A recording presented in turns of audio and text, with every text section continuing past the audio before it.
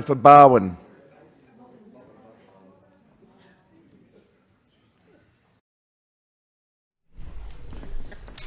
Thank you, Mr Speaker. My question is addressed to the Minister for Health and Regional Health.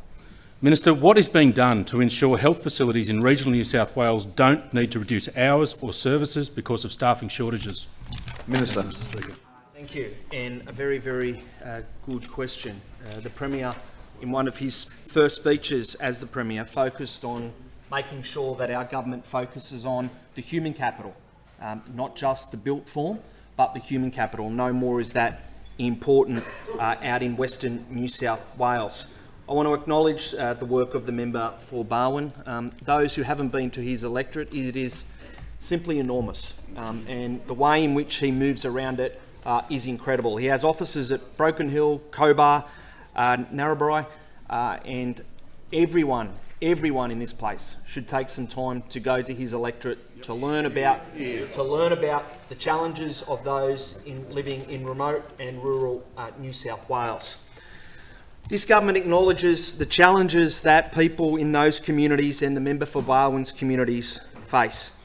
Unfortunately, there's been a historic failure to invest in our regional health workforce and to attract and keep skilled workers within our workforce.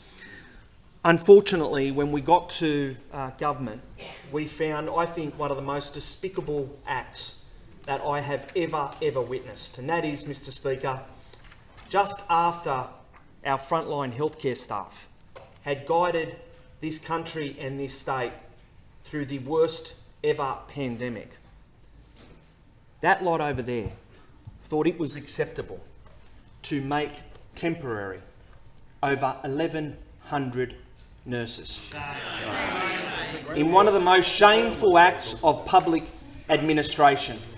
What that meant for the member for Barwon is that right now at the moment there are over 60 nurses in the LHDs that you represent, particularly Far Western and Western, that are only temporary.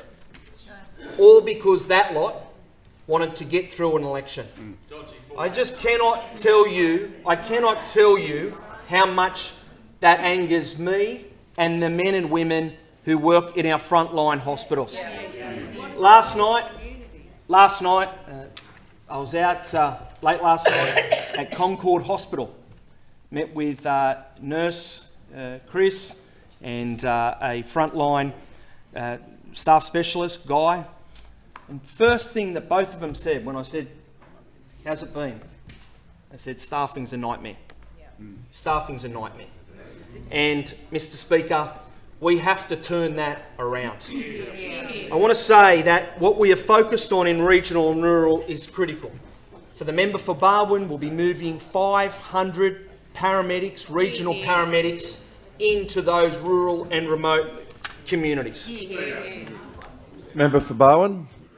Information. The member would seek additional time. I grant 2 minutes. We're committed to 3 new helicopter bases, really important for the bush, because this allows rapid transport, extraction, retrieval from very remote and difficult parts of New South Wales to get them to the care they need.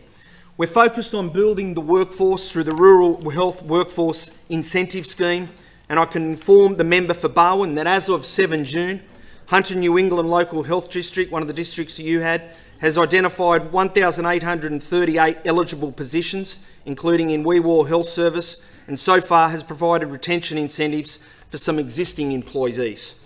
Western New South Wales Local Health District has identified 143 eligible positions, including in Nyngan Health Service, and so far has provided retention incentives for existing employees and attracted new employees with these incentives.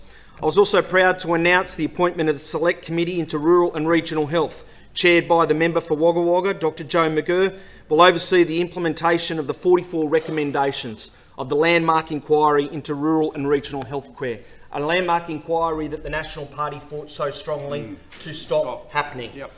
I know the member for Barwon has a keen interest in ensuring we are looking at everything when it comes to recruitment, including the availability of skilled migrant visas.